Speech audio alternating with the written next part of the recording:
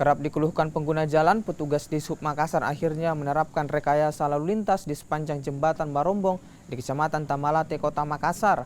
Langkah ini dilakukan mengingat jalur ini kerap menimbulkan kemacetan saat pagi dan juga sore hari.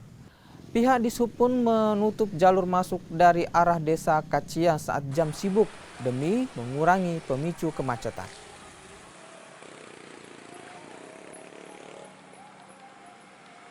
Dikeluhkan masyarakat itu kan bagian daripada tanggung jawab kami, sehingga kita bersama-sama teman-teman dari kepolisian melakukan rekayasa sistem buka tutup. Artinya jalur kendaraan yang dari Kacia itu menuju jembatan Barombong itu ada jadwalnya yang boleh lewat. Kalau dia pagi mulai dari jam 6 sampai jam 9 itu tidak boleh lewat, dia harus dialihkan. Kemudian setelah jam 9 boleh. Yang kedua, pada saat jam rush hour atau sore, mulai dari jam 4 sore sampai dengan jam 7 malam juga kita tutup di situ.